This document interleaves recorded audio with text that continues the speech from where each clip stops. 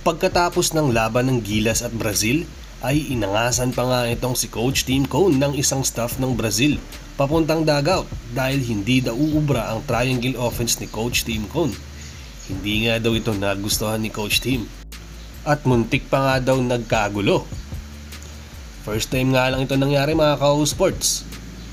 Japet Aguilar sinisisi ang sarili kung bakit natalo ang Gilas Pilipinas. Dahil nga sa nilaro niya, magbabago kaya ang laro ng Philippines kung nakapaglaro si Kai Sotto at Junmar Fajardo, nakilala sa Brazil dahil sa ginawa niya sa last minute ng laro. Yan ang topic natin sa video na to mga ka-sports.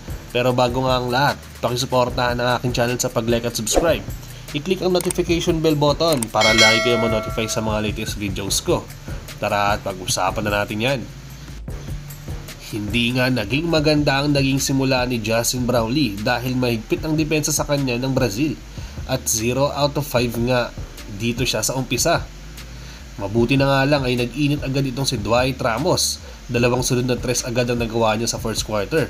Dahil doon, na-involve na nga ni Dwight ang kanyang mga teammates at ginanahan na din sila Japet at JB.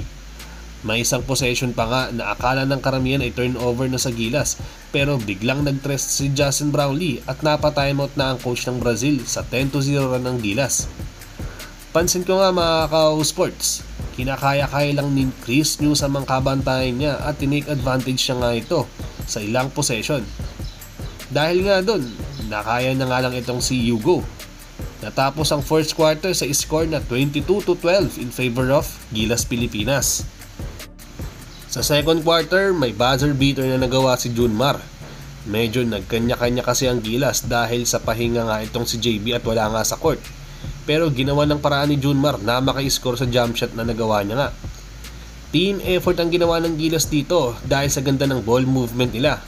Halos lahat ng nasa loob ng court ay nagko-contribute mga ka-sports. Tapos sa depensa ay nagtutulungan nga sila. Medyo na-limit din kasi nila itong si Caboclo, yung big man ng Athletic ng Brazil. May mga halos malas na din talaga siguro para sa Brazil kasi yun nga yung mga usual na nagagawa nila ay hindi nga pumapasok sa kanila. Kahit kasi yung mga open layup ay hindi nga pumapasok para sa Brazil. Kaso yun nga lang, medyo dumikit ang laban dahil nga sa ilang sunod na turnover ng Gilas. Natapos ang second quarter ng 27-33, lamang pa din ang Gilas Pilipinas. Sa third quarter, eto na yung nightmare ng Gilas dahil nagkaroon ng 13-0 run ng Brazil. Sunod-sunod na basket kasi ang nagawa nila. Hindi rin makagawa ng way para makiscore nga ang Gilas. Napa-timeout nga agad itong si Coach Tim dahil ayaw niya lumamang ng sobra ang Brazil at napigilan ng run nila. Kaso yun nga lang, nagpatuloy pa din ang hindi pag-score nga ng Gilas na dahil nadedepensahan ng gusto itong si Brownlee. Nado-double team nga kasi agad siya kada pumapasok siya sa loob.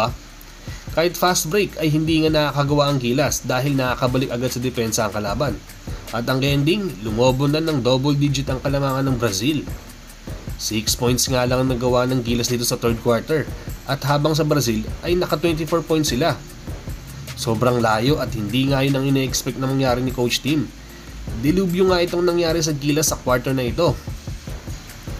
Sa fourth quarter, ito na sana yung chance natin para makabalik. Good start kasi nga sana ang Gilas dahil sa 3-point shot na nagawa ni Dwight Ramos. Ayun na sana yung sign para makakambak nga ang Gilas dahil sa 12-point lead ng Brazil. Kaso dahil pagod na nga itong si Junmar, kinakaya na nga lang siya ni Bruno Caboclo at na-dominate pa din niya ang ilalim. Puro drop pass kasi yung ginagawa nga sa kanya. Pansin ko, pagod na din kasi itong si Junmar sa ilalim dahil nga nung first half ay halos wala nga siyang labasan sa court at siya ang main guy natin sa ilalim at rebounder at the same time. Si Japet, hirap din sa center position kaya no choice ang Gilas na mag-stick nga kay Junmar. Tingin ko nga mga ka-sports, malaki ang mababago if nandoon at nakalaro nga sa ilalim itong si Kai dahil bukod nga sa height niyang 7'3", para dumipensa, magkakaroon din ng chance na makapagpahinga itong si Junmar. Hindi na din kasi kinaya ni JB ang depensa sa kanya dahil kada drive nga siya tulad ng sabi ko kanina, nado-double team agad siya. Good game pa din naman ito para sa Gilas dahil wala nga nag-i-expect na aabot tayo sa semifinals at tumalo ng bigati na European team. Kaso yun nga, hindi nga daw maalis sa isip ni Japet yung last na performance na ito at maaaring ito na yung huling stint na nga sa Gilas. Dahil actually dapat last year pa nga siya kaso napilit nga lang siya ngayon dahil kulang nga tayo sa big man at puro injury ang mga players natin. Sinisisi nga raw ni Japet ang kanyang sarili dahil sa performance niya ngayon.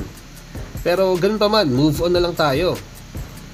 Doon nga napatunayan ni Coach Tim na kaya nilang makipag-compete sa malalakas na team.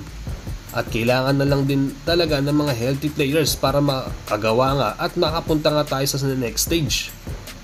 Proud na proud pa din ang mga Pinoy sa achievement na nagawa nga nila ngayong 2024 OQT. Kasi yun nga lang mga ka-sports, ayon sa rumors dahil nga sa inangasan nga daw itong si Coach Tim, papuntang dugout dahil sa pagkatalo nga nila kontra Brazil. Muntik pa nga daw magkagulo sa loob ng dugout dahil nagkita nga raw si Coach Tim at isang staff ng Brazil. Pinag-aasar nga raw itong si Tim Cone at hindi nga raw matanggap ito ni Tim Cone. Nagsagutan nga daw ang dalawa at mabuti na lang naaawat nga raw ng mga players yun at hindi na lumala ng gusto. Kilala na naman natin na sports nga yun si Coach Tim pero kapag inasar yan parang magkakaroon at magkakaproblema nga talaga. Ganun pa man, good luck at congratulations sa Gilas sa achievement na nangyari nga sa inyo ngayong taon.